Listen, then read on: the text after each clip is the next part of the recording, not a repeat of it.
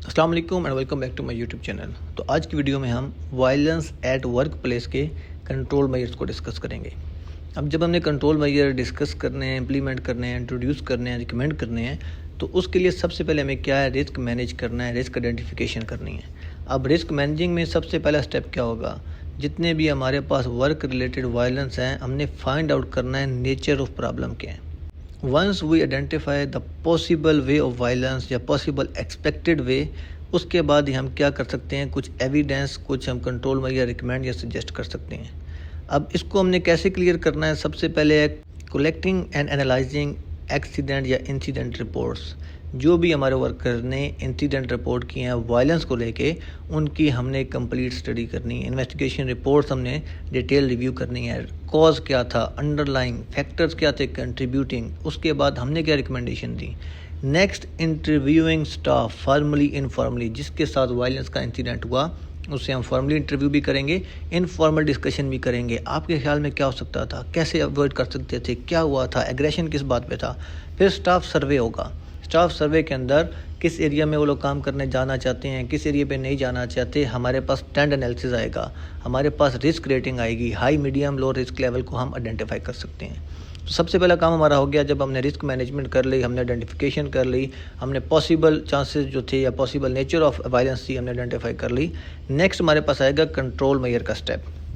It will be possible to identify implement the preventive measures. Preventive measures हम कैसे करेंगे, तो हमारे पास two type of nature of jobs है। अगर हमारे पास वर्कर लोग अपने ऑफिस के अंदर काम कर रहे हैं, परमानेंट प्रीमिसेस पे काम कर रहे हैं, वहाँ पे वायलेंस को कैसे कंट्रोल करेंगे। दूसरा हमारे पास आता है, अगर हम विजिट कर रहे हैं अपने कस्टमर को, हम कोई सर्विस प्रोवाइडर्स हैं, तो वहाँ की वायलेंस को हमने कैसे कंट्रोल करना है, प्रिवेंट करना है। तो पहले हम बात कर लेते हैं सेंट्रल ऑफिस की। सबसे पहले क्या होगा, ज़ीरो टॉलरेंस पॉलिसी। वहाँ पे हम लोगों ने डिस्प्ले कर देनी है, कम्युनिकेट कर देनी है, भैया वायलेंस को इस वर्क प्लेस पे टॉलरेट नहीं किया जाएगा, उसके अगेंस्ट एक्शन लिया जाएगा, लीगल एक्शन हो सकता है, पुलिस कॉल की जा सकती है। सिक्योरिटी स्टाफ, ऑफिस के अंदर सिक्योरिटी सिस्टम होना चाहिए, सिक्योरिटी स्टाफ डिप्लॉयड होना चाहिए। किसी भी मिसकंडक्ट की कंडीशन में सिक्योरिटी स्टाफ एक्टिवेट होकर वायलेंस को कंट्रोल करेगा। CCTV monitoring, CCTV security system रहेगा, लोग वायलेंस करने से अवॉइड करेंगे ताकि उनका कुछ भी वीडियो एविडेंस नहीं होना चाहिए जो कि फ्यूचर में उनके लिए प्रॉब्लम हो सकता है। Security doors between public area and staff area, जो भी पब्लिक डीलिंग है उससे और स्टाफ के दरमियान एक बैरियर होना चाहिए। फिजिकल इंटरेक्शन को अवॉइड करके वायलेंस को कंट्रोल किया जा सकता है, प्रिवेंट किया जा सकता है। Minimising queues and waiting times, अगर हमने ज़्यादा लोगों को फैसिलिटेट करना है, हमारे पास ज़्यादा फैसिलिटेशन सेंटर, ज़्यादा काउंटर्स होने चाहिए, ज़्यादा एजेंट्स होने चाहिए, ज़्यादा स्टाफ होना चाहिए, ताकि वेटिंग टाइम को कम से कम किया जा सके। अगर हमारे पास वेटिंग टाइम आ रहा है, clear announcement about waiting time, display screens होनी चाहिए, अभी कौन सा टोकन नंबर चल रहा है, नेक्स्ट टोकन नंबर कौन होगा, एक्सपेक्टेड आपका टाइम कितने नंबर के बाद आएगा, किस काउंटर पे। तो क्लियर कम्युनिकेशन क्या होगी, लोगों के एंगर कंट्रोल करने में काफ़ी हेल्पफुल होगी, वायलेंस होने के चांस कम से कम हो जाएंगे। इस सब के बाद हम अगर बात करें स्टाफ की ट्रेनिंग की, तो स्टाफ को ट्रेनिंग देनी चाहिए। मीट एंड ग्रीट से स्टार्ट करना है, आपने किस तरह से बात करनी है, पॉजिटिव वे में बात करनी है, एंगेज करना है, उनको हैप्पीली आपने वेलकम करना है। सर्विस प्रोवाइड कैसे करनी है, गुड क्वालिटी ऑफ सर्विस के लिए ट्रेनिंग देनी चाहिए। डिफ्यूज एन एग्रेशन, अगर कोई आदमी एग्रेशन में है, उसकी बात सुननी है आपने, उसको क्लियर गाइडेंस देनी है, उसे टाइम वेस्ट नहीं करना, आपने एज सुन एज उसको सर्विस प्रोवाइड करनी है, क्लियर इंस्ट्रक्शन है, लैंग्वेज बैरियर है, तो मल्टीपल चीज़ों की आपने स्टाफ को ट्रेनिंग देनी है ताकि वायलेंस अगर कोई आदमी एंगर में है उससे डिफ्यूज़ किया जा सके, मैनेज किया जा सके। नेक्स्ट हमारे पास कंट्रोल मेजर या प्रिवेंटिव मेजर क्या होगा, screen between staff and the public. Physical contact नहीं होना चाहिए, स्क्रीन रहेगी, स्क्रीन में से एक दूसरे को देख सकते हैं, माइक्रोफोन यूज़ किया जा सकता है, या वहाँ पे कुछ ओपनिंग होगी जिससे हमारी वॉइस कम्युनिकेशन पॉसिबल हो सकती है।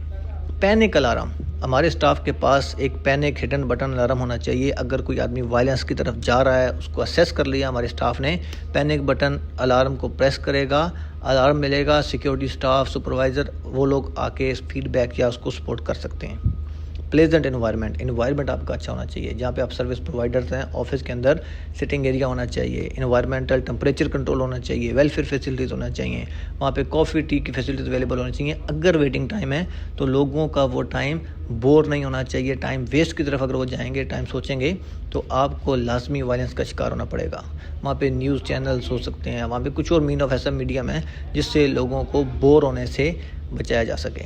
ये हमारे पास वो कंट्रोल मेजर थे जो ऑफिस बेस्ड जॉब के लिए थे। अभी हम डिस्कस करेंगे अगर लोन वर्कर कोई आदमी सर्विस प्रोवाइड करने जा रहा है आउटसाइड फ्रॉम द ऑफिस, उसको कैसे मैनेज करना है। तो सर्विस प्रोवाइडर के काम के लिए home visit is one of the mandatory thing करना पड़ता है, लेकिन वायलेंस को कंट्रोल करने के लिए क्या करना चाहिए। नो लोन वर्किंग और no lone worker in certain high risk area, जहाँ तक पॉसिबल हो सके बड़ी सिस्टम इंट्रोड्यूस करना चाहिए। अगर उसकी कॉस्ट ज़्यादा आ रही है, इम्प्रैक्टिकेबल है, वहाँ पे एप्लीकेबल नहीं हो रहा, तो एटलीस्ट जो हाई रिस्क एरिया हैं जहाँ पे हमारे पास ट्रेंड एनालिसिस है, हमारे पास इंसिडेंट वहाँ पे रिपोर्ट हो चुके हैं, वहाँ के लिए ज़ीरो लोन वर्कर पॉलिसी को 100% इम्प्लीमेंट करना है। अकेला आदमी उस एरिया में कोई भी सर्विस प्रोवाइड करने नहीं चाह रहा। Keeping record of the past incident, इसलिए हमारे पास ट्रेंड एनालिसिस रहेगा किस एरिया में हमें क्या इंसिडेंट हुआ था, उसका क्या फीडबैक था, क्या अंडरलाइंग कंट्रीब्यूशन थी, क्या फैक्टर थे। तो तमाम चीज़ों का रिकॉर्ड हमारे पास प्रॉपर होना चाहिए ताकि फ्यूचर के लिए हम as per the previous experience preventive measure use करते हुए recurrence of that type of accident को बचाया जा सके, वायलेंस को कंट्रोल मैनेज किया जा सके। नेक्स्ट प्रिवेंटिव मेजर हमारे पास सर्विस प्रोवाइडर एट होम का क्या हो सकता है। वेटिंग कस्टमर्स का डेटा होना चाहिए। लास्ट विजिट पे कस्टमर का बिहेवियर कैसा था, क्या क्वेश्चन किए थे, कैसा विजिट रहा था, कुछ फाइंडिंग्स हैं, कुछ इंसिडेंट रिपोर्ट, तो प्रॉपर हर कस्टमर की अलग अलग डिटेल इन्फॉर्मेशन अपडेट होनी चाहिए। विजिटिंग लॉग विद सुपरवाइजर के पास लॉग इन लॉग आउट होना चाहिए, किस क्लाइंट के पास किस टाइम हम जा रहे हैं, वहाँ पे हमारा कितना टाइम एक्सपेक्टेड है, उसके बाद हमने कब आके दोबारा वहाँ से लेफ़्ट किया एरिया, कब रिपोर्ट किया, तमाम चीज़ का विजिट लॉगिंग डिटेल्स कंप्लीट होनी चाहिए।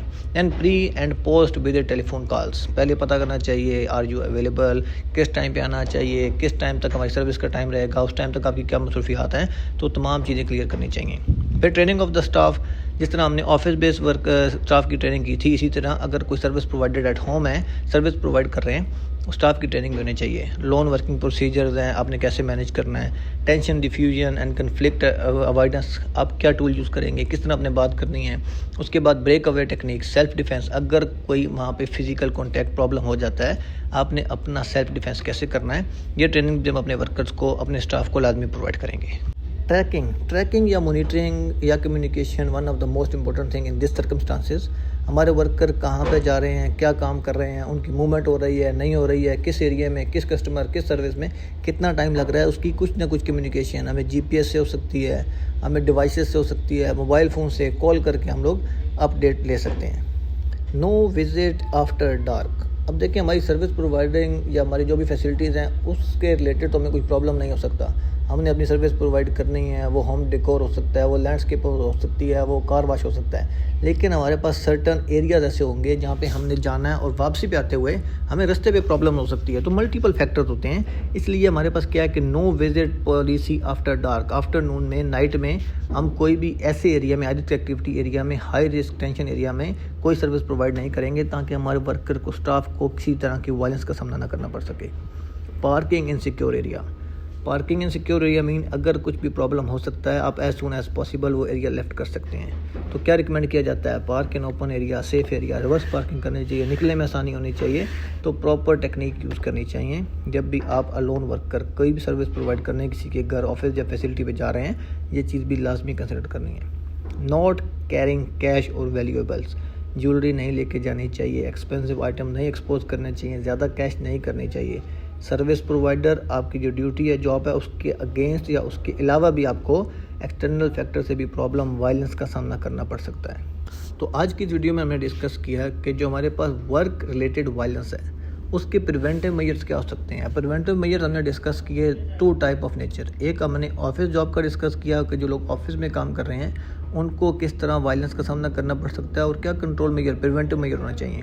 सेकंड पार्ट में हमने डिस्कस किया कि जो भी लोग देयर फैसिलिटीज़, किसी भी क्लाइंट की फैसिलिटी में जाकर सर्विस प्रोवाइड करेंगे, their office, their home, their yard, किसी भी जगह जाकर सर्विस प्रोवाइड कर रहे हैं, उन्हें किस किस तरह की वायलेंस का सामना करना पड़ सकता है और what can be the preventive measures, कैसे अपने आप को वो सेव कर सकते हैं। उम्मीद करता हूँ आपका ये टॉपिक क्लियर हो चुका होगा। अगर आपका इस टॉपिक के रिलेटेड कोई भी क्वेश्चन है, आप कमेंट सेक्शन में मुझसे पूछ सकते हैं। नेक्स्ट वीडियो के लिए आपसे रिक्वेस्ट करूंगा कि मेरे चैनल को सब्सक्राइब करना और बेल आइकन दबाना ना भूलिएगा, ताकि आपको नेक्स्ट वीडियो का नोटिफिकेशन टाइम पर मिल सके। इस वीडियो का लिंक अपने उन तमाम दोस्तों के साथ शेयर करिएगा जो निबोश IGC कर रहे हैं या करना चाह रहे हैं, और उनके लिए ये उर्दू और हिंदी एक्सप्लेनेशन वाली वीडियो किसी भी तरह से फ़ायदेमंद हो सकती है। आपके वक्त देने का बहुत शुक्रिया।